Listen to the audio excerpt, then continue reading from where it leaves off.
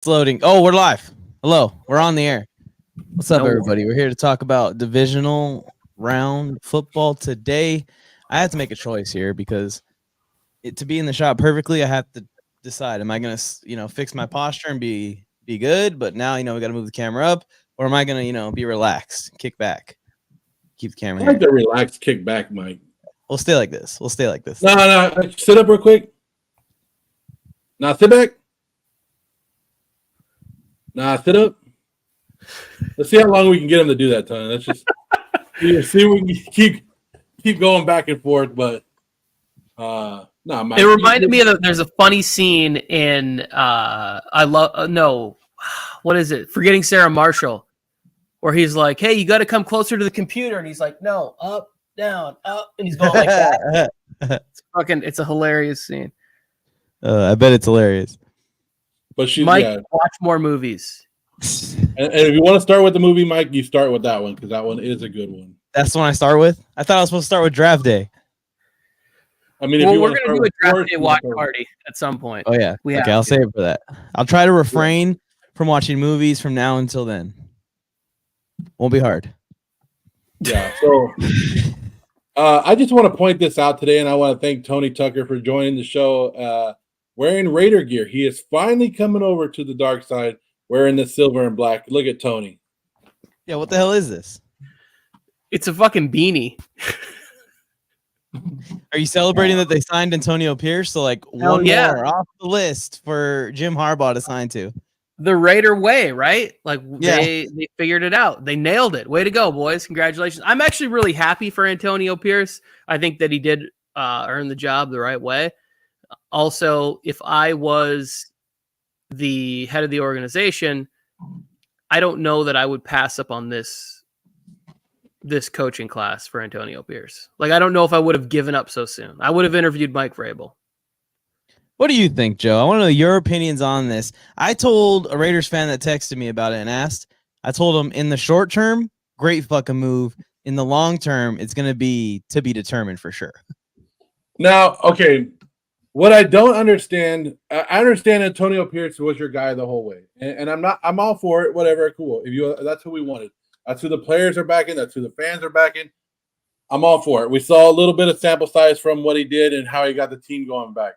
Now, the Raiders aren't rebuilding, right? The Raiders are more of a re-image, where it's a re-image for the Raiders, going away from the Patriot way and going to smoke that shit, talk your shit era with Antonio Pierce. Now, I do think the Raiders fucked up a little bit. When you have these great coaches on the market, the Bill Belichick, the Jim Harbaugh, the Mike Vrabel, and you have other coaches out there, and I've talked about this before, and the Chargers are doing it, and many teams are doing it. You use the coaching carousel as a self-scout. Even if Antonio Pierce is your guy. And I'll go up to Antonio Pierce and be like, hey, we got you. Sit the fuck back. We got you. We're gonna bring in a bunch of coaches, and we're going to have fun. But they're going to tell us what they see in our team, what can make our team better, and we're going to self-scout and write all this shit down and make you a better coach. Now, Antonio Pierce, the good thing about him is people are like, he's the next Mike Singletary. And I made a video about this. I was like, fuck that. Mike Singletary was a piece of shit that didn't listen to anybody. And when going got tough, he blamed it on everybody else but himself. And Antonio Pierce at least knows that he's not ready to be a head coach, and he knows that he's more of the hoorah, get the team going, more of a Dan Campbell kind of guy, and he's going to bring in other people to help him out. So he already has Marvin Lewis that's going to be joining his staff, old coach of the Bengals. Great start there. Tom Coughlin's helping him set up his coaching staff. So he's bringing in good people. And if you know Antonio Pierce, since he took over as the interim head coach, every week he brought in new people, new ex-head coaches to motivate or see what he was doing wrong that he needed to help out. Even if it was like a bad coach like Adam Gase, he brought in Adam Gase. So Antonio Pierce, I think that's what he has going for him. Now, in the long term, we'll see. A lot of people are like, how are you going to take a rookie head coach over some of these experienced coaches? Well, at one point, you got to be a rookie, right? At one point, Jim Harbaugh was a rookie coach. At one point, Mike Vrabel was. You got to start somewhere. And why not start somewhere where you already have the backing? And this right here, sorry to go on too long, but this right here is a win-win for Mark Davis, right?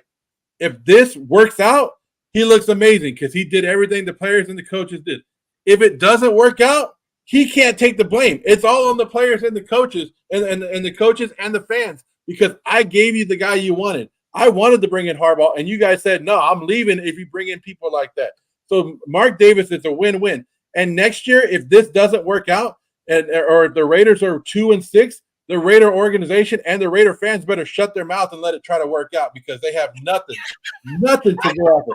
I better not hear one fan out there, one Raider fan saying, fire AP next year because that shit ain't happening. Did you see that meme, Joe, where it was like 2021, bench Derek Carr, 2022, it was a Raiders fan holding a sign. It said, fuck Mark Davis. 2023, a sign that said fire McDaniels. 2024, a sign that said fire AP. It's crazy. I mean, every fan base goes through it. Yeah, and you go through it. But you never hear anything from us. If it was working good and you think you can do, but it all depends on who the offensive coordinator is. And I've been trying to think of who the offensive coordinator is. Why isn't Eric Bieniemy getting head coaching jobs interviews right now? I haven't heard of him getting one interview this offseason.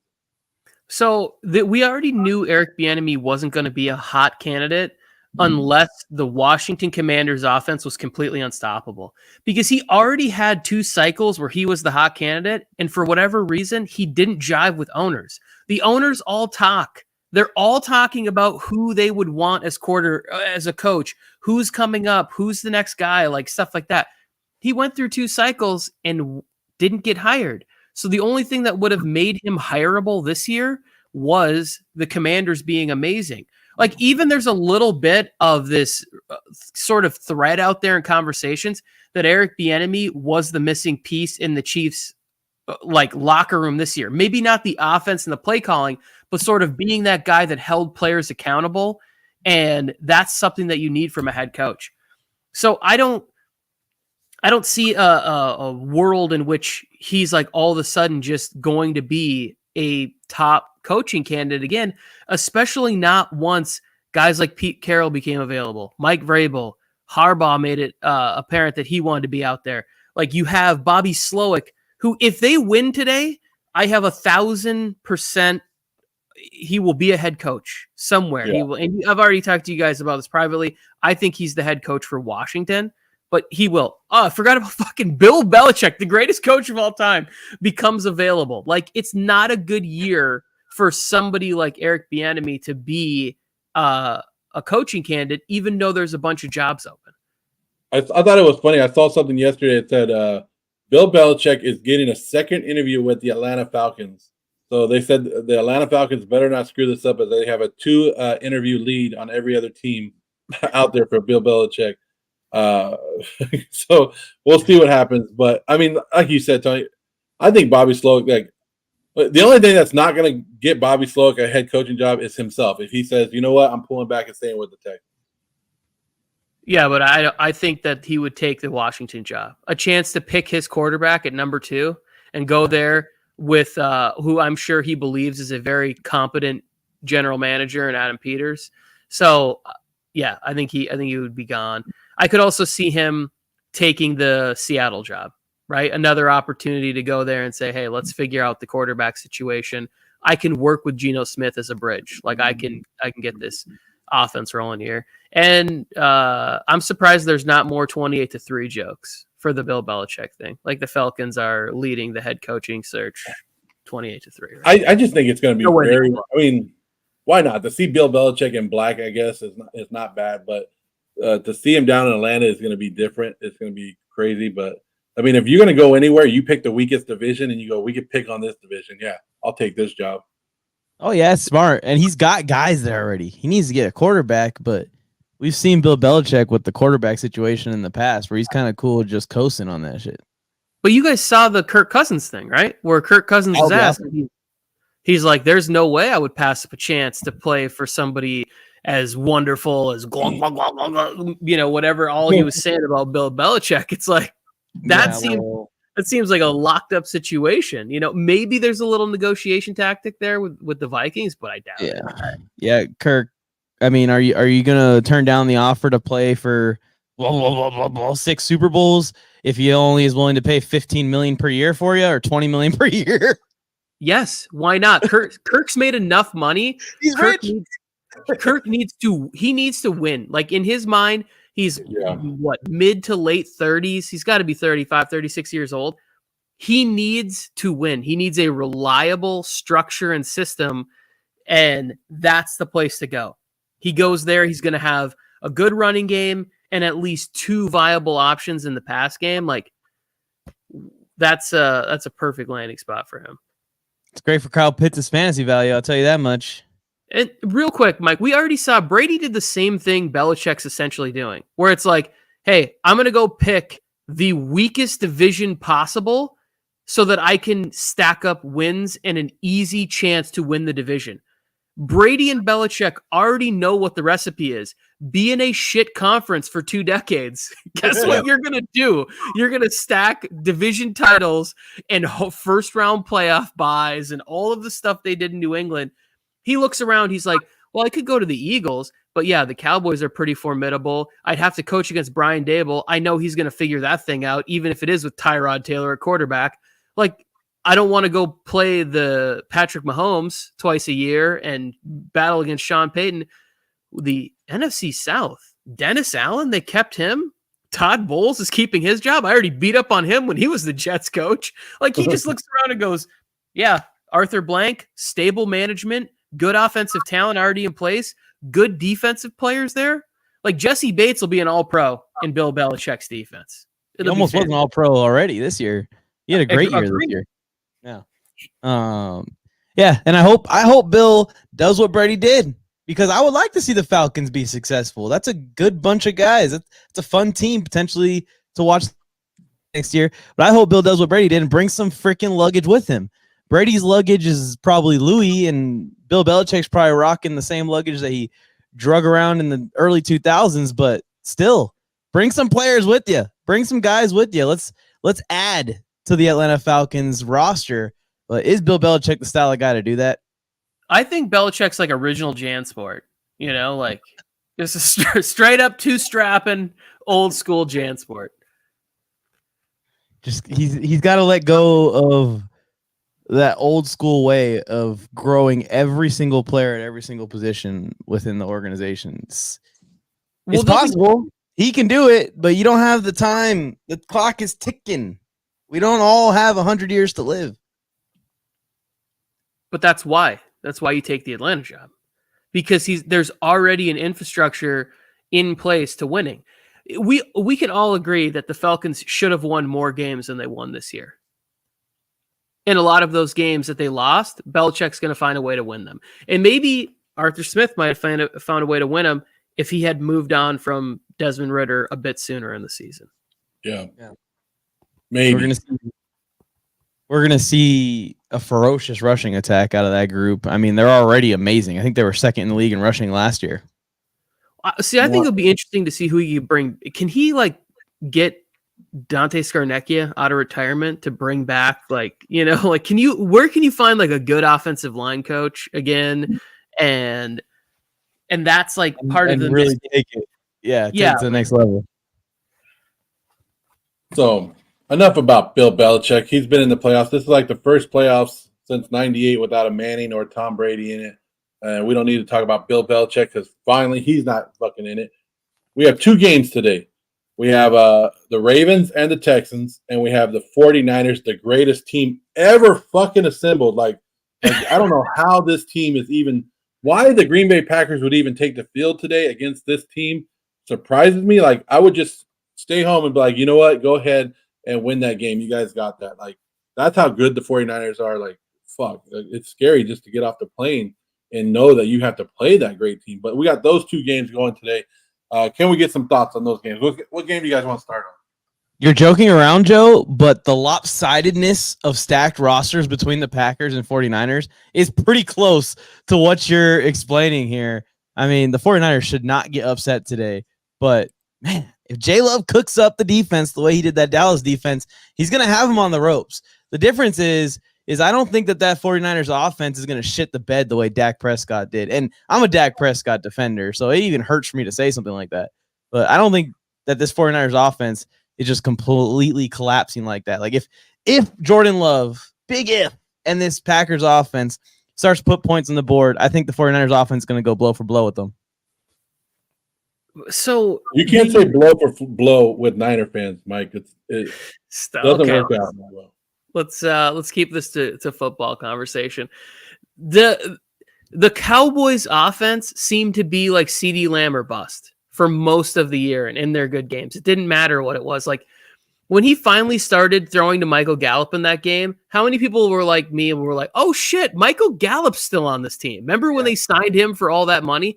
Like you forget that certain players are on the Cowboys because they go several games without putting them as like any sort of focal point in the offense whatsoever. Like all of the Jake Ferguson stuff going into that Packers game was completely gone. It was like CD drops a couple of balls. Now there's like bickering on the sidelines.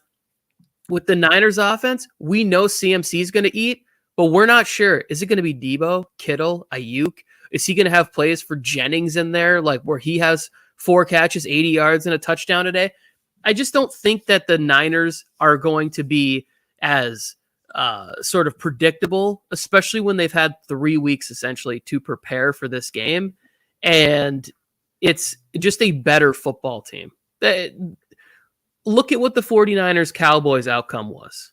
Like these two teams weren't on the same level. And as great as the Packers story is, I would take the 49ers and I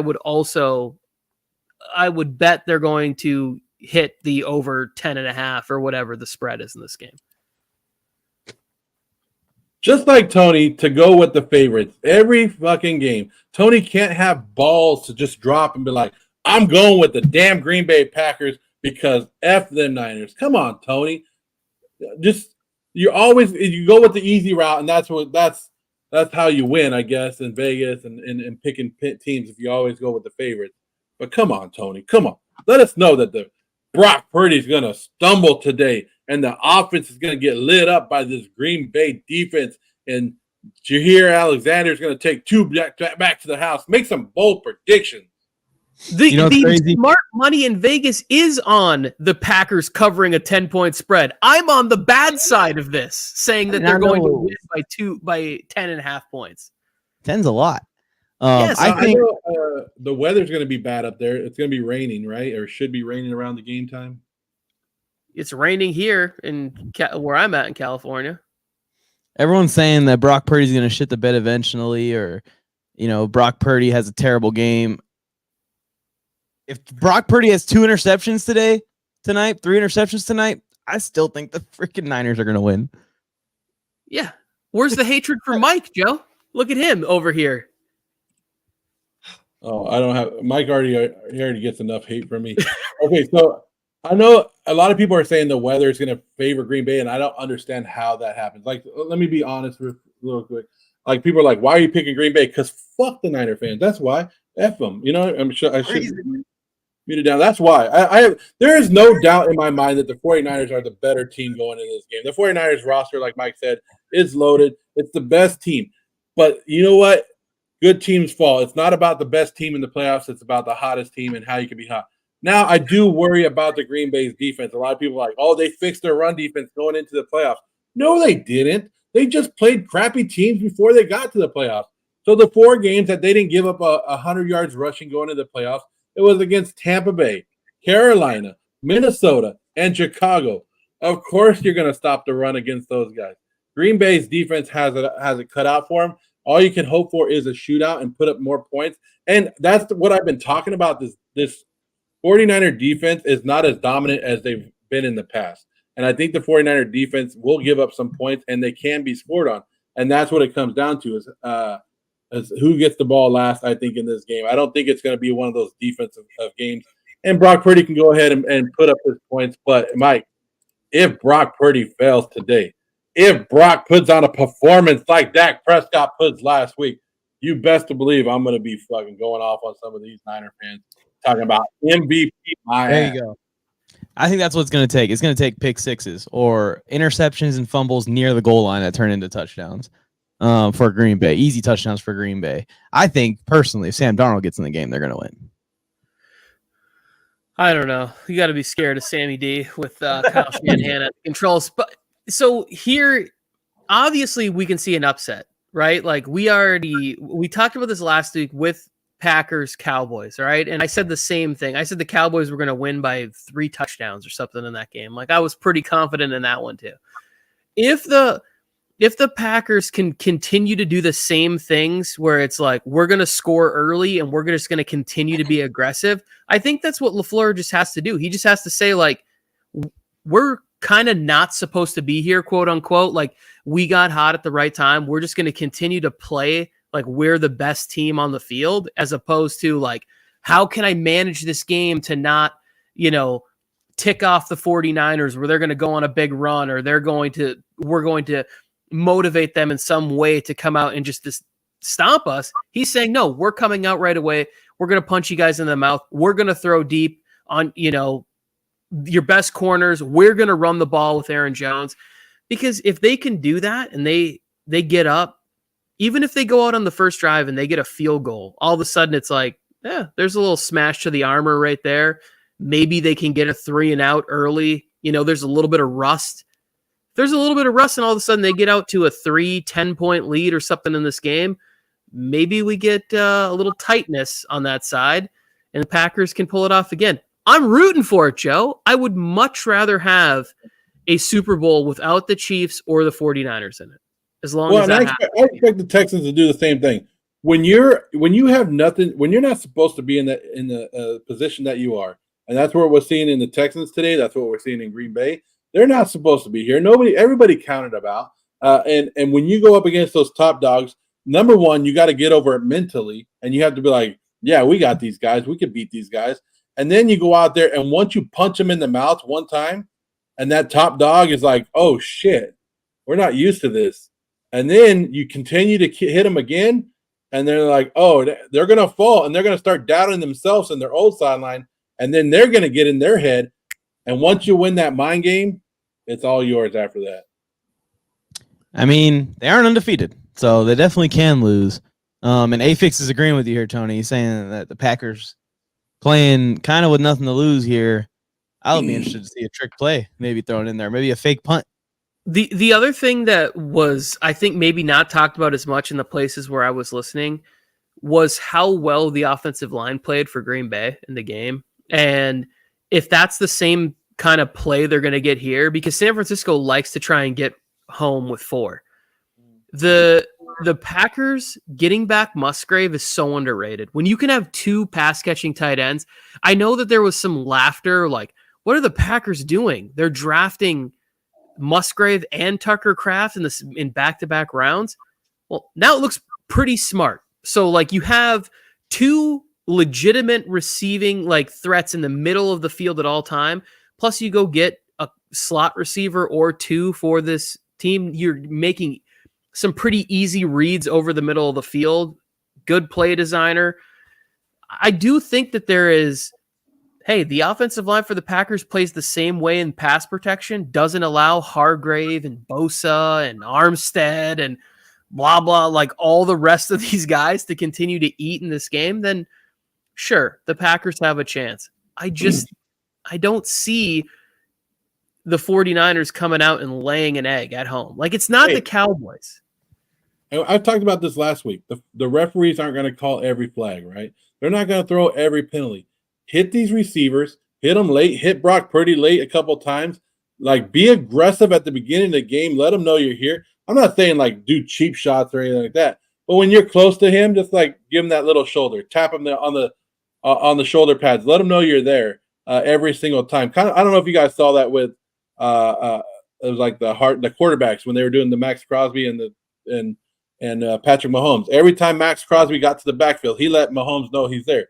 Let Brock Purdy know that you're getting to him, like, and just like play those mind games. And sometimes it works, sometimes it doesn't, and just always play physical. And we've seen it, Tony. We don't know what a pass interference is in this postseason. Like, they're not throwing flags, so why not be aggressive? Why not grab a guy a couple times on his route? Feel it out early in the game. See how these refs are going to be calling it, because if it is going to be free reign in the rain, let's make this messy. Let's make it muddy. We've talked about that before, that all of the smart coaches will tell you, like, hey, penalties aren't really as bad in the first quarter. If you're out there playing physical, tough football the way that we coach you to play, and you're out there kind of finding out what the limits are going to be in this game, like it's a great game plan to have. If you go out and you're playing tentative and you're giving up, explosive plays because you're not trying to be aggressive or not trying to find out where the line is with these guys, then you're just kind of doubly screwed. Because then when you do start to play aggressive in the second and third quarter and stuff like that, it's like, well, now this stuff's being called, and it's because you were playing passive off coverages. Like, I would say get up here and right away, like if I was Green Bay's defense, I would just say like, hey, we are going to focus on taking away Christian McCaffrey, and we're going to make Brock Purdy beat us. Like, I would have 5-man fronts on every first and second down, saying to Kyle Shanahan, like, we're going to see how good your boy is back there, like, because we are not going to let him run. And they have the pieces up front. Devonta Wyatt has really come on lately. Kenny Clark is still one of those underrated guys we don't talk enough about on the defensive line. And then they have big edge rusher guys that can contain in the side. Van Ness has been playing a lot better. Rashawn Gary is, I think, kind of falls into that Khalil Mack bucket a little bit as somebody who can play the run. He's not as good as Khalil Mack, but I do think he's like that caliber player, can pass rush, can play the run. So like, they have the pieces on the defensive line to make things interesting. I'm talking myself into it, Joe. Packers upset today. That's what I'm fucking talking about. Change the pick. Raider Aaron saying Green Bay plays in bad weather, the Niners don't. It rains a lot up there in San Fran. I feel like they practice in the rain a lot. And also, Raider Aaron, do you remember when the fucking Packers had home field advantage and all we heard was the Niners are going to the frozen tundra, and Aaron Rodgers scored 7 points in that game or 6 points in that game, and the Packers lost? Like, I don't care about the weather for the Green Bay Packers because they haven't been that team since number 4 was there. Check your history books. It's the truth. Win the Super Bowl. Check the history books. Right there is what Tony just said. Mike, you know what a book is? I mean, I flipped to page 10 and saw that they won a Super Bowl, but maybe rip that page out of Tony's copy. Okay. We haven't even talked about the first game. But today could be an interesting day. If the Texans come out and they knock off the Ravens right off the bat, we're going to be sitting here going, fuck yes, we got 3 more games of exciting football just like today. And then if the Niners lose again, like that could be the 2 top number 1 seeds. I doubt it's going to happen. But the 2 number 1 seeds could exit today on the same day. And we could be like, oh, shit, we still got 1 more day of football. Oh, shit, the Chiefs are going back to the fucking Super Bowl. We do not want that.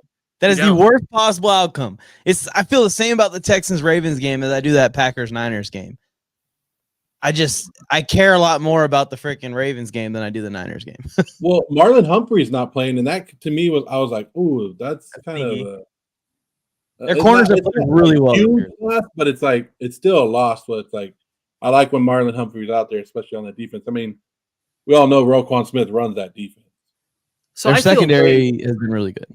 I feel way different. This is a different Lamar Jackson. It has to be. Like, Lamar cannot. Lamar's approaching that weird Dak Prescott conversation where, like, so earlier in the season, Mike sends me a text message and he's like, Dak is in the MVP conversation and we're talking about Dak and whatever. And then all these back and forth between Joe and Mike. And then I just popped in and I go, none of it matters if they lose in the playoffs. And what happens? Dak lays an egg in the first round of the playoffs. And of course, it's like his 12-4 seasons, 3 out of the last 4 years or whatever, they don't mean shit. They don't mean anything if you cannot win in the postseason, because that is where we remember what these players do. We have fonder memories for Joe Flacco than Dak Prescott, but I think most people would argue that Dak is a better quarterback than Joe Flacco. But Joe's had the run. And that's what Dak eventually has to do. Lamar Jackson cannot fall to 1-4 in the postseason and have 1-5. like Yeah, like somebody put up this crazy thing where like CJ Stroud already has like better playoff numbers than Lamar Jackson, and he's played in 4 playoff games already. Like that can't be the case. And I just have to believe that what I saw from this team smashing the 49ers on Christmas. Who else did they just destroy right before? Like every team that got in their way this year, they just ran right through them. I just want to. We haven't seen same old sports in a long time. How you doing? Like, how's school? How's life? Are you staying focused? What's going on? Where you been? How's life, brother? And that's the difference between this Raven team and I think past Ravens team, Tony, is when they got challenged this year, they stepped up. I think they have 10 wins against teams over 500 this year, which is unbelievable to think about that. But every time we thought the Ravens are going to get challenged this week, or it's going to be a tough game for them, they blew that other team out, and they came out. So, and Mark Andrews coming back today. Is that what it is? No. I've read conflicting reports. Some people have said Mark Andrews was activated but will not play in this game. And then I heard another one. I think it was Chris Long on the Greenlight podcast was like, they're getting back Mark Andrews this week. And I was like, he will not play. So Mark Andrews will not play. So I think that's beneficial to them. Actually, I think they've already been winning with Isaiah Likely, and I think Mark Andrews coming back might take him off a game a little bit. Sometimes that happens. Sometimes you bring a good player back and you want to feed him too much. So I think it's a good thing for him. Well, the Ravens have come out in a lot of 5-wide sets this year. And I think with Andrews back, they're going to move Likely outside or even to the slot. And he's going to run some routes standing up. That's going to be fun to watch when Mark Andrews gets back out there. I think that Likely is a really underrated blocker too. They got 2 studs at that position. I will say that. Lamar Jackson, man, this is what you got paid for this offseason. Like everything that's happened up to this point with this regular season and being an MVP candidate, all that stuff was already expected of the dude. When you demanded that money from the Baltimore Ravens and they showed up with the Brinks truck to your house and dropped it off in your driveway, this was them asking for a Super Bowl run this year. And the Ravens are probably in the best position health-wise, knock on wood, for this team that they've had with Lamar Jackson so far to actually go on that run. He cannot have a bad game today, and I don't think he will. I think he's going to go off. Me and Tony talked about it. I think you've been in here when we talked about it too, Joe, multiple times. Lamar changed his game just a little bit to kind of like favor staying healthy this year, and there's another gear there still. And you saw it at the end of a couple games already this season, the few close games that they were in, where Lamar, you saw he clicked into it. The one that I remember most is that Bengals game where he had been kind of passive running the ball the whole game until the final drive. He had 50 yards in the final drive to close them out. So I'm hoping that he unleashes that full Lamar Jackson this playoffs, especially next week and the week after, if they can win today. And I think it's still going to be a great game. CJ Stroud ain't going to go down easy. So I do agree. And my favorite one was we've talked about this several times, was the play on Fred Warner on Christmas where he's running and he does the point like, oh, I got your feet stopped, bro. You can't stop your feet against me. You better pick a direction where you think I'm going and you better guess right because you just got stuck. And if you get caught with flat feet, I'm gone. I did take Lamar Jackson, the over 9.5 rushing attempts, because I do think that is what we need to see here. So Lamar at home, rested. We are going to see him. There's nothing to be left on the field in this moment. We're going to see a big play from him. I do want to say this because I think that this game is super interesting for the final coaching positions because McDonald's name has been heating up, but he's been off for a week. Slowick's name is at its hottest point. So you have these 2 coordinators who are going to be doing battle in this game. And I think that there is actually a way where both of them could come out looking great if the Texans were to get an upset. Like, let's say the Texans win a 23-20 game on like a Kaimi Fairbairn field goal in the snow. It's like, and Mike, again, I don't want this to happen, but I'm just saying McDonald's defense plays great against the Texans in this game, and they're not the reason they lose. And Bobby Slowick's offense is, and play design and everything is what wins the game. Now, all of a sudden, headed in to this entire week of sports talk is going to be which one of these candidates do you think should be coaching team fill in the blank, Seahawks, Titans. There are some jobs out there where people are it's a little cloudy on who's going to be the coach. Yeah, I mean, just imagine that situation, Tony. Just imagine that where CJ Stroud's got the ball in his hands 2020 in the last drive. Well, as long as fucking Josh Allen doesn't choke, we won't have to worry about the Chiefs. That is a whole other conversation when we're talking about the most likely upset this weekend, which I think is that game. But someone was asked about Kyle Hamilton in the chat. Kyle Hamilton's good to go. And also they're getting Devin Duvernay back. A lot of people don't realize how much it can affect the return game. I think he's the returner, right? He's their starting returner. So that's a good plus for them as well. Yeah, I think he was an all-pro returner last year. He's so Taylon Wallace did nice in the fill-in. Obviously, he took that game-winning kick to the house. Yeah, what time is kickoff? Is it at 1:30 or 1:15? 1:30, I think. Okay, so we're getting closer. Yeah, you to should there. know this, Mike. But you want to talk about tomorrow's games too? While we're here, or are we gonna go live? I don't know. I don't care.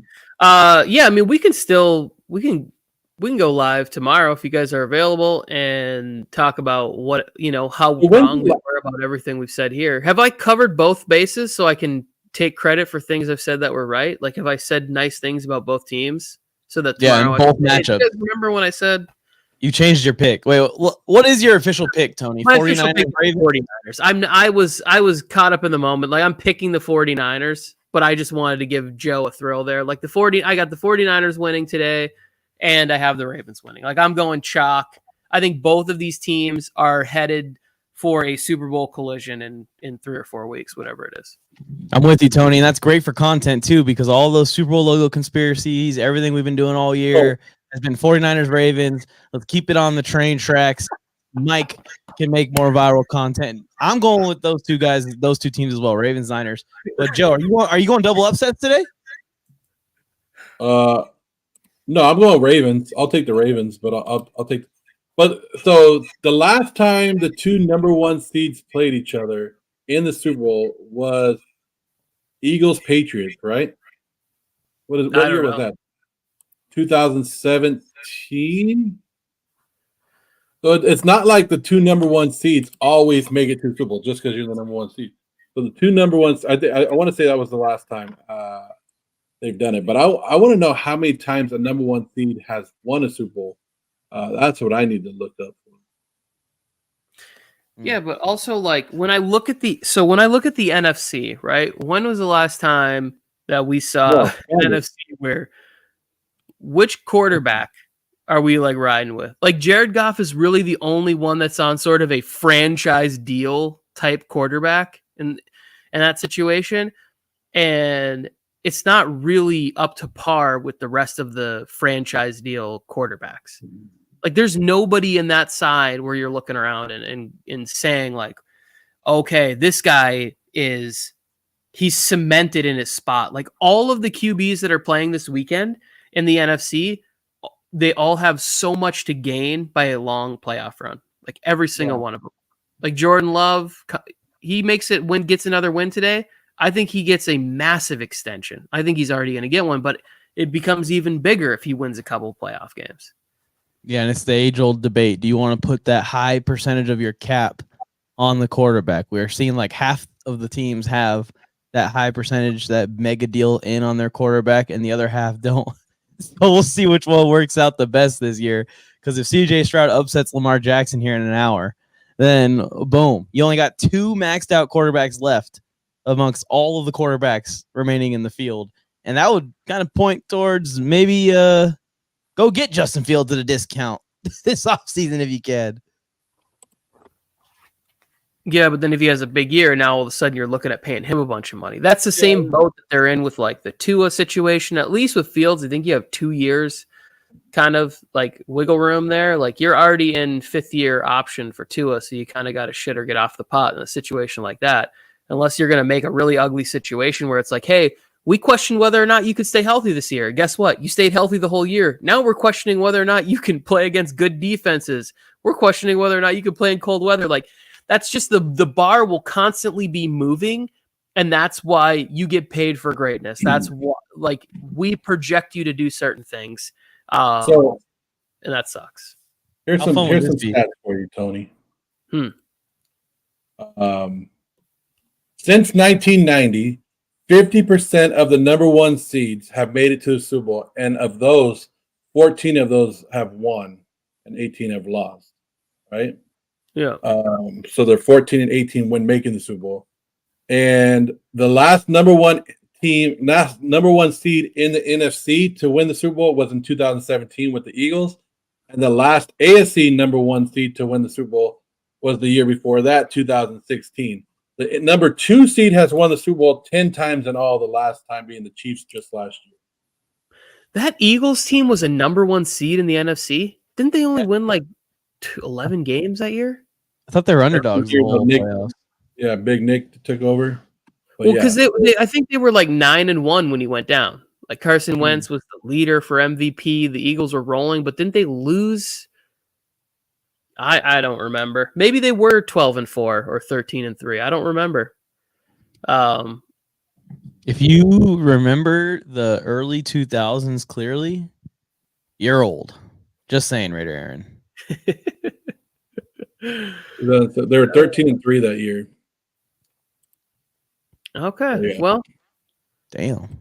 Way to go, Nick Foles. I mean, just throw some stats out there just to piss off Niner fans saying just because you're the number one seed don't mean shit. It's so hang on. What before we go, and we can stick today, and then hopefully you guys can meet tomorrow, and we'll talk about how the follow to these games and tomorrow's games. But let's talk about like which one of these games do you think is actually the bigger upset? Like for the which one of these 1 seeds to lose, like which one would you say is holy shit, I really didn't see that coming? 49ers. Yeah, I think 49ers too. I agree.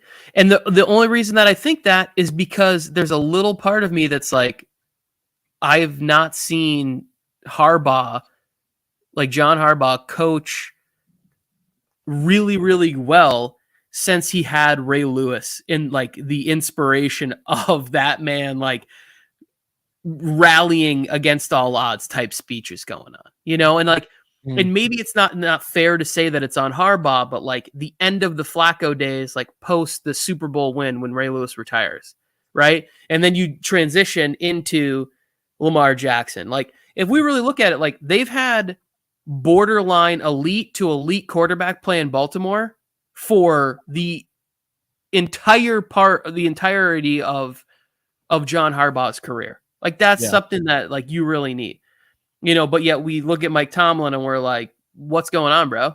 You going to move on? You can't, you don't have it anymore. Like you can't win playoff games. It's very similar. And Mike Tomlin's probably got an even better record than Harbaugh. Well, the last playoff win they had was, who did they beat? The Colts? No, who did the Ravens? Yeah, the Ravens won. They beat the Titans with Lamar, and then before that, it had been like 10 years. Yeah. So yeah, it's interesting. Yeah, I just saw that news too. Same old sports. If they hire another defensive coordinator, well, they're out of nowhere. The Chargers have literally cast the most wide net in head coaching interviewing history. This is what they should have done last time, Tony. It is literally a net the size of the Pacific Ocean. Like they are deep sea fishing for everything right now. Like it's just dragging and trying to get everything they can. Everybody in the tent. I also think that the 49ers upset will be more shocking to me because I feel like even right now, even though the Ravens made it to the Final Four, like the AFC is still up for grabs. There's all 4 teams I think could go to the Super Bowl that are left. But in the NFC, I've felt like the Niners are a lock to win that conference since about week 14. I was going to say since Thanksgiving, I feel like you just kind of look like they got back on track, and it was like, oh yeah, this is the Niners team that's going to be in the Super Bowl. Yeah, when you look at the Ravens, if the Ravens lose today, people are like, yeah, we knew they were overrated. We knew Lamar was going to fail. This is why we never picked the Ravens. If the Niners lose today, the sky will be fucking falling in the NFL. Like this is like, I make a joke about it being the greatest team ever assembled, but you have number 1 running back in the league, right? You have 2 of the top wide receivers. I don't know where they would be ranked, but they're top wide receivers in the game. that would be number one wide receivers on almost every other team in the league. Then you have top linebackers. You have top offensive tackles. Like you have great guys that like this is a Madden team put together, right? Like when my son Jake makes his Madden team, these are what he thinks of, like 99s at all overall positions, and they go out there and they lose that game. This would be it, because the Niners have been favored since the preseason all the way till now. Everybody's talked about them. They've blown through, even there that little 3-game stretch where they lost 3 games in a row. Nobody was really worried. It was just like, oh, when they get back to being healthy, they'll do it. But come on, like this would have to be the biggest disappointment and biggest fraud team in NFL history if they go down today. You forgot the best left tackle in football, the best fullback in football. In my opinion, one of the most complete tight ends that we've seen in the NFL's history. Yeah, we talk about a guy that is top of the top elite blocker and receiver. I mean, it doesn't stop, Joe. You keep going down that list, even in to the depth of the D line. We didn't even bring up Jonathan Hargrave is just sitting in the middle, all pro D tackle, and we don't even talk about him ever.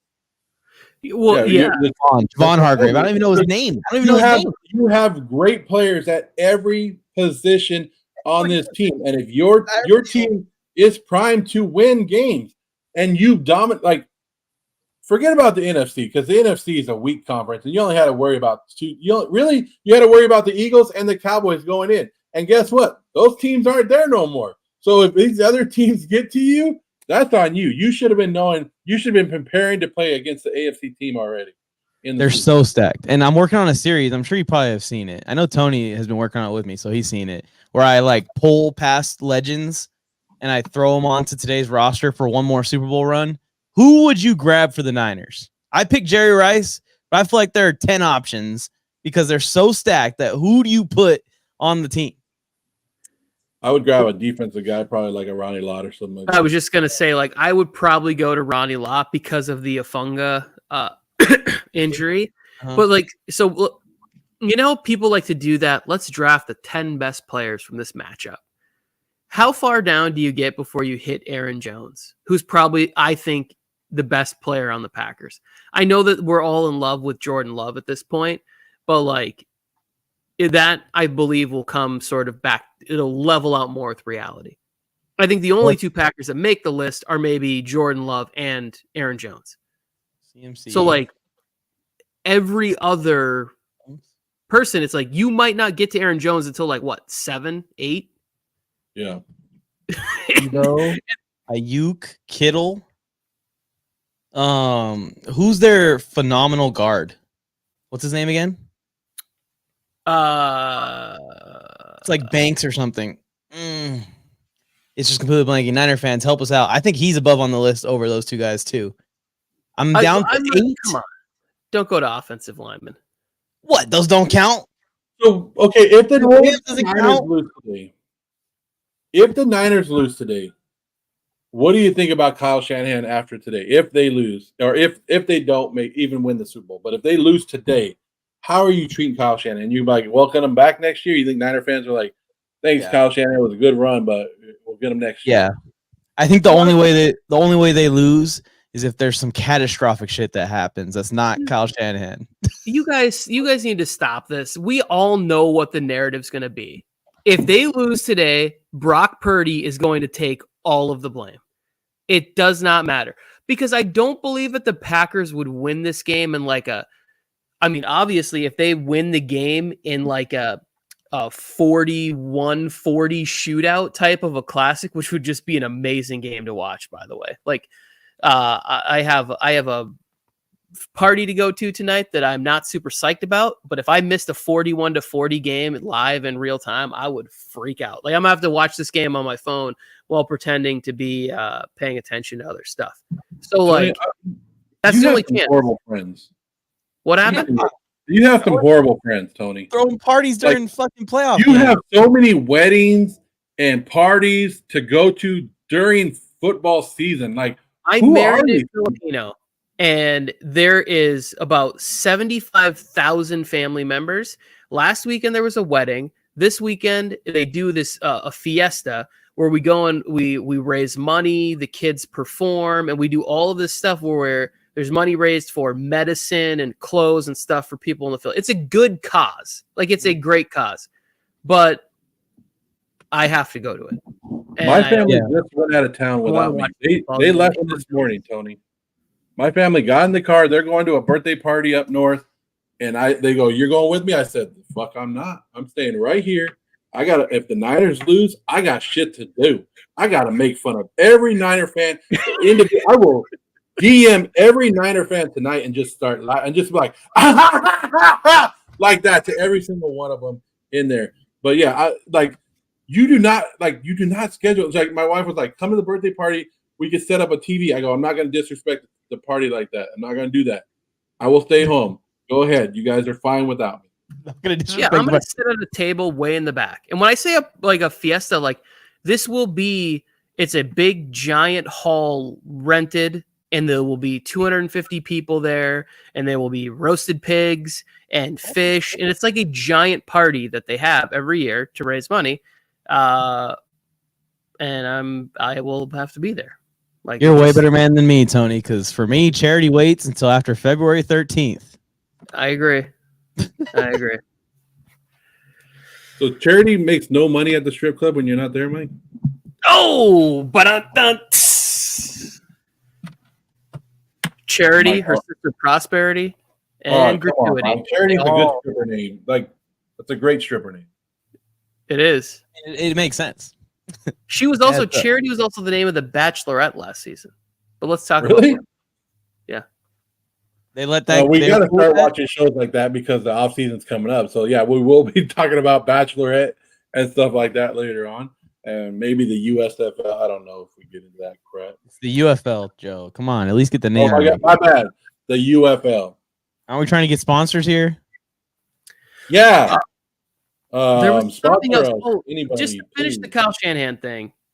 Kyle Shanahan is untouchable in the media. He is the son of NFL royalty. It does not matter. It'll be Brock Purdy's limitations that hold him back. It was Jimmy G's limitations that hold him back. It was Trey Lance's injuries that held him back. Like, it will always be the case. If you go look at Kyle Shanahan's record, it's like a crazy stat. In games where his team is losing heading into the fourth quarter, where he's been the offensive play caller from like the Falcons through the Niners, it's like 2-42, where his team is down by 7 points. It's a crazy stat. Yeah, I think it's 0. I don't think they've ever done it. Yeah, if his team is down by 7 points heading into a fourth quarter of a game, they're like 2-42. Phenomenal front runners is what you're saying.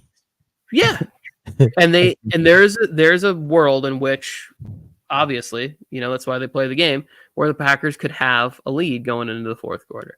I like to shout out here for Michael Hunter. Far. World needs more Mike. Kyle Shanahan outcoaches himself. And most of the time he does. When Kyle Shanahan gets beat, most of the time it's because he outsmarted himself. But one guy is asking for us to do our picks one more time. So you guys want to give our picks one more time for today? Yeah. If I'm giving a real score, I'm going with the Niners 34-20. And what about the other game? Ravens, I got this game a little bit closer. I'd probably say like 27-23. 27-23. I put the over at 44, right? So I think the over-under in that game is 44. I don't know the over-unders. I'm going Ravens, Niners, Chiefs, Lions. We're already spoiling for tomorrow. We're not even. Wow, Mike! Wow. Spoiler alert! I'm not showing up tomorrow. You can't say spoiler after you already spoiled it. Like, you can't be like, sorry guys. This is a retroactive spoiler alert. Spoiler alert. Spoiler alert. Well, you already spoiled it, dude. I mean, if the 49ers choke today and they lose to wrap up the boat, I had one more thing. The 49ers better go get Kirk Cousins this offseason. Fuck Brock Purdy. Oh, I wrote down this idea for a really great meme from for Joe to do for Kirk Cousins and Kyle Shanahan this offseason. Hey, I have a video of early in the season when Brock Purdy threw a bad interception against the Cincinnati Bengals. And in the comment section of that video is 49er fans just going off. And there's like a bunch of 49er fans saying, oh, we already knew what Brock Purdy was. He's nothing, right? And they're just like tearing him up. 49er fans. And then there's other 49er fans that have now since gone back to that comment and be like, what do you think about him now? MVP, MVP. So 49er fans are just going to eat each other up after this. And the only guy that's sitting there looking good is Sam Darnold. Who's the best quarterback on the team, Tony? The backup quarterback, right? He's always the favorite. Yeah. That's why I think the Raiders should stick with AOC. AOC and AP, what a combo. 5-4 last year. They're back, baby. I personally agree with 5-4, 63 points against the Chargers. Shit. Exactly. 63 points. How can you argue against that shit? Put him in the game. Keep him as a starter. I think the Raiders are actually like doing the right thing and about to assemble access to really great players, coaches, experience, like everything. Like if they get a quarterback, they're going to be a competitive team. They're going to win a lot of games next year. And that sucks for a lot of people because people like Joe and Raider Aaron are going to be super loud and annoying on the internet. Tony, I'm never annoying, and I would never do that to my fellow AFC West fans here. I would be humble all the time. Yeah, exactly. And then my eardrums get blown out by the word Raiders. I do think that this conversation that Same Old Sports put up here, like if you had to make a list of your top 10 QBs right now, and then very hard list to make. It's a hard list to make, but I do think that he would be inside of the top 10 for me. And that's already right now. That's without winning this game. And then if we're going into next year, into next season, like, we always do that preseason stuff where we're jonesing for football. We're looking for content ideas. We're talking. And we always do that stuff where it's like, are we not after what we just saw from Jalen Hurts? Is he going to be ahead of Jalen Hurts next year in the preseason ranks based on what we've seen? Well, when was it that you made your top 10 and you had Jalen Hurts on the outside, Tony? Was that last year or the year before? No, that was the year that nobody had Jalen Hurts in the top 10, and I put Jalen Hurts because Mike's texts us at like 5:30 in the morning because he never sleeps. This man lives to make content, NFL content for the internet. And I get a text message at like when I wake up to bring my kids to school, it's like 6:30, and it just says, "Send me your top 12 quarterbacks in the NFL." And I was going through the whole list, and I got down to Kyler Murray, Kirk Cousins. Kyler Murray, Kirk Cousins, and Jalen Hurts. And I was like, you know what? Put Jalen Hurts on there at 12. And the comments that were put on that Instagram post were horrible things because I left Kyler Murray off. Were horrible things because I didn't put Derek Carr or whatever in that situation. And I was right, and everybody else was wrong. And he was the top 12. I remember this now. Hey, Tony, can you tell us how you had CJ Stroud and the Texans doing? Because I went back to look for the video, and that's one video that we weren't able to post, I guess, in the offseason. Mike has it recorded somewhere. But, Tony, can you just tell us how you had the Texans doing? You want to go to a full screen of that right there or what? Yeah, Mike, where is it? There it is. There we go. 1-16. And you said 1-16 because of what? Because they were one of the worst football teams that on paper assembled that I ever saw. I just thought they were going to be terrible. It was bad. It was a bad prediction. So there's a guy on TikTok right now. And I think I sent you guys his video where it showed the Texans drafting CJ Stroud, and he was like, "R.I.P. CJ Stroud's career. He's done." And now he made a video. And then I sent you the video where he was like, I've been down on this. People have been killing me for this all year. But he was a Browns fan. He goes, "Well, fuck it. I'm riding with CJ Stroud anyways. I'm riding with my Browns. My Browns are going to dominate them. You can't do this." And now CJ Stroud lit up his Browns. And I saw a video of him crying yesterday where CJ Stroud has ruined his life. And he's just sitting there like, it was just one take, and this guy has killed me throughout the whole season. And having a bad year because CJ Stroud has made him look stupid. Kind of like that video is hilarious, especially to us because we relate to it so much. First time head coach, old take. Rookie quarterback, first time play caller. The defense we're curious about where the pass rush is going to come from. You know, like Jonathan Grignard, people will go like, oh, you talk to somebody, they're like, we knew this guy was going to be good. Really? He had one like 8-sack season 2 years ago. They had Jerry Hughes, who's like 35 years old. We didn't know where the pass rush was coming from. People didn't know that Sheldon Rankins was going to play as good as he was in this defense. The offensive side of the ball, everybody goes, well, look at the weapons they had.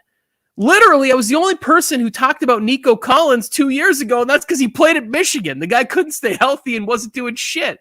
Tank Dell, like Bobby Trees, didn't look good when he left the Titans. Like Dalton Schultz, not re-signed by the Cowboys. Nobody was looking at this roster and going, oh, this is the team. Everybody watch out for them. Everybody had them picked terribly. Like, it's not like picking and saying that the Texans were going to be bad before the season started. I think it'd be harder to find one person out there that said preseason Texans are going to win 9 or 10 games this year. Go find me that post. Everybody had the Texans being bad. It's always easy for people to say after the fact. Like right now, everybody's like, well, we all knew that CJ Stroud was going to be good coming out of college. Like we had him as the number one quarterback. No, nobody did. No. And everybody would talk crap about Bryce Young and CJ Stroud saying, yeah, these are good quarterbacks, but they're probably not elite franchise quarterbacks, and you should wait till next year. And now CJ Stroud had a great year, and they're like, yeah, well, fuck, we all knew it. And I would have traded up for him, and I would have done all this. No, come on. I always get the comments, don't quit your day job. Well, I already fucking did. So screw you guys. Already fucked that up, right? Yeah. Right. Yeah. Tony, you're spot on, though. No one expected the Texans to do this. Is there a better draft class in the last 3 years, 5 years, 10 years? So it definitely is like really tough. I think that Jets won a few years ago, right? Jets, Sauce, Garrett Wilson, and Breece Hall. Yeah, the Jets class where they drafted what was it? It was Breece Hall, Jermaine Johnson, and Sauce. And Sauce in like the same class. Like that was just phenomenal. Like, no, it wasn't. It was like Garrett Wilson. They drafted Breece in the second round. So it was like they went Sauce, Garrett Wilson, Johnson, and then got Breece Hall in the second round. Like that draft class that's a phenomenal top four that you got. They 3 first-round picks, right? Because they got Elijah Tucker. That draft class won the offensive and defensive rookie of the year, like the Texans have a chance to as well. I think those two. Elijah Vera Tucker was the year before, Joe. He just was injured his rookie year, so it felt like last year was his rookie year. But Elijah Vera Tucker was the year before. What was the one that they had 3? That was the year they traded back into the first round for Jermaine Johnson at like pick 26 or something, like 24. Same old sports. What about the linebacker? Jack Campbell too. Jack Campbell's on there too. Yeah, I would say that this Lions draft has been like fantastic too. When I look at this, like the Texans draft from this year, the thing that makes it special is whenever you land the QB. When you land the QB and you hit on 2 or 3 other players, which Will Anderson has been sensational this year, and then then you add in Tank Dell. Now all of a sudden it looks after only 8 short months like one of the best draft classes because you can see hope for a decade plus. Yeah. It's really hard to do that even with the Jets because we're talking about how good that class is, but it can be weighed down by Tim Boyle and Zach Wilson and Trevor Siemian. Like it doesn't matter how good you are at drafting if you cannot get the quarterback right. There's a threshold where if you cannot get decent quarterback play, it doesn't have to be elite, but if you can't get decent quarterback play, you can't win in the NFL. Well, they drafted that class for the next one season, Tony. Wasn't that bad, man? What if you have an elite quarterback or a good quarterback and you can't get the defense going? Well, it's the same thing. Yeah. Like you can't – football is a complementary. You can't – it's not basketball. You can't have the best two-way player who just affects things so greatly for your team. What if you have a good quarterback, a lot of injuries, and a bad defense? I get what that are you you were doing? trying to draw. He's trying to bring the Chargers into this conversation so that he can like set us up to say some shit about Herbert right now. But here's the fact of the matter. Josh Allen has not won shit, and the dude has played with a top 5 defense for his entire career. Like, Patrick Mahomes has a terrible year, but has a top 5 defense this year, and we still look at Patrick Mahomes as the best ever. Justin Herbert has played with no better than a 25th ranked defense in the NFL. Like, that has to mean something. So are we saying And Justin Joe- Herbert's the next Derek Carr? And Joe wants to go on this little Herbert little poke with the stick right here. But when I saw him start to think about his top 10 quarterback, I saw him put Herbert at 4 in his No, head. you didn't. He mouthed it with his lips. That is not how I think. Herbert You're way off, Mike, at because 4. I was like, He's got Herbert I at was- 4. AOC, Jimmy G, Derek Carr, Brian Hoyer were the 4 that I had. I was like, okay, after Derek those Carr's 4, third. now where do I go? Carr I gets saw third him- over Hoyer. He gets the I nod saw over him- Hoyer. Wanted to see if Connor Cook was still playing. He was like, is this guy can he still throw the ball? What's he doing? Like, that's what I was thinking in my head, and I was like, okay, does Taysom Hill really count as a quarterback? I don't know. Maybe he'll be up there. I hope he's playing quarterback for the Broncos at some point next year. That's gonna be awesome. Here's the thing about the Lions draft class. Let's say that the Lions make a deep playoff run this year. They make a deep playoff run next year. They realize Goff isn't it, but Hendon Hooker has been cooking this whole time behind the line. Wow. And then in year 3, Hendon Hooker comes in and lights the world on fire with this team. Newly minted Amon-Ra St. Brown and Jameson Hendon- Williams in a contract year, and Sam Laporta's trying to get paid, headed into that year. Now all of a sudden, we look back on the Lions draft class and you're like, holy shit. They went 5 strong on that class. Like, look, well, the good thing about Hendon Hooker, when he's ready to go in 3 years, he'll already have the senior discount, right? Oh, Joe is just A low blow right there. everybody.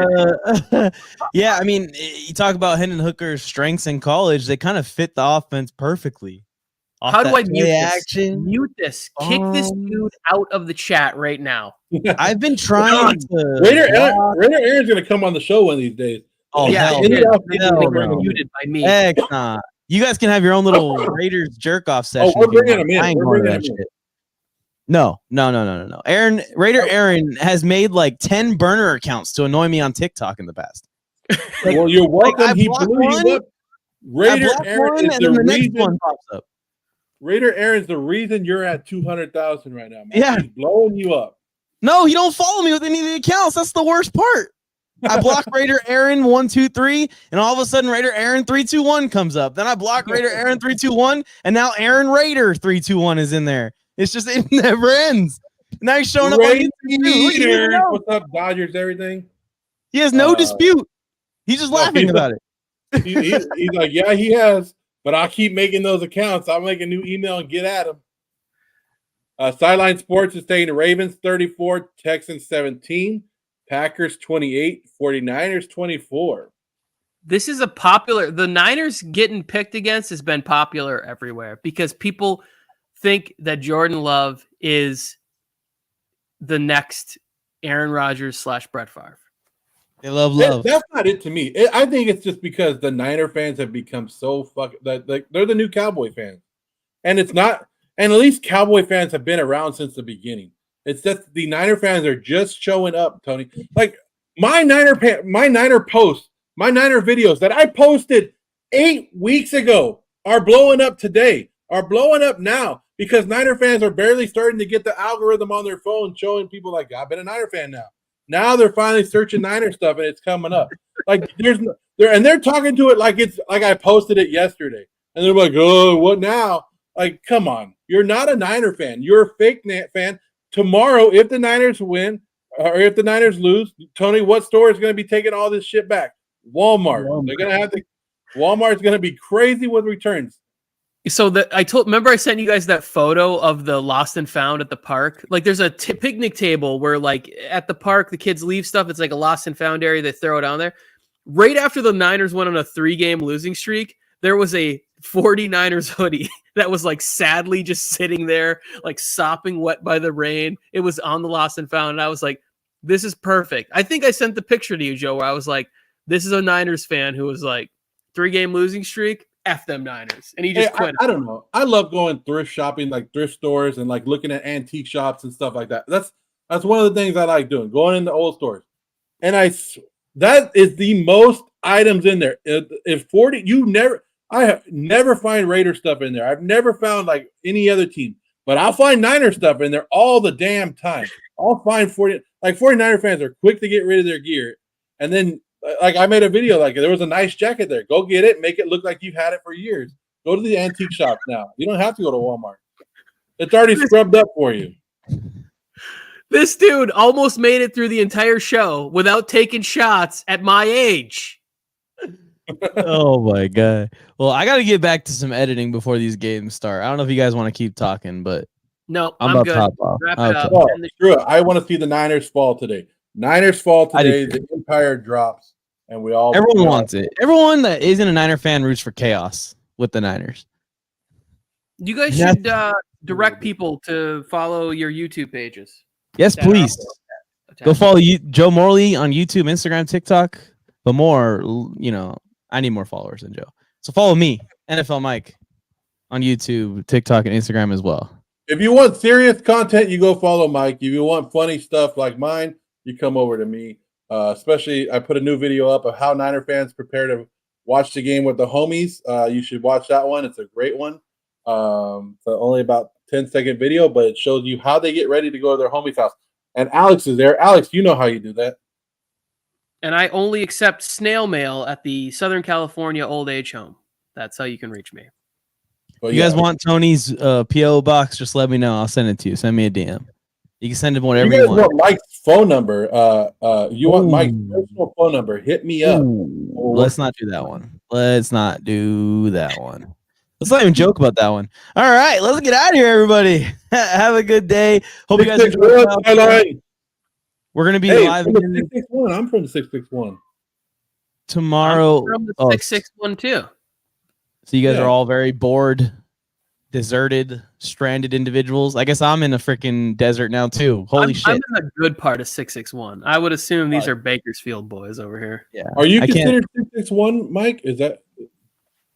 Hell no! I will never change my phone number, which starts with 4 letters from my hometown, or 3 numbers from my hometown. Not gonna say what they are because I don't want people to know. But yeah, I think that does it. Everyone's going crazy in the chat now. Look at that, Raider Joe. Raider no. Aaron and Raider Joe next episode. If that happens, I'm going to report the page and get the page taken down. All right.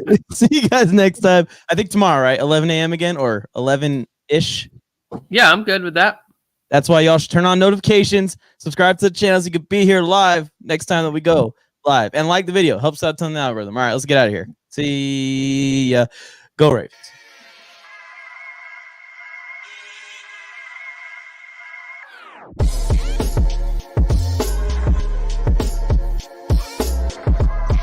Raiders.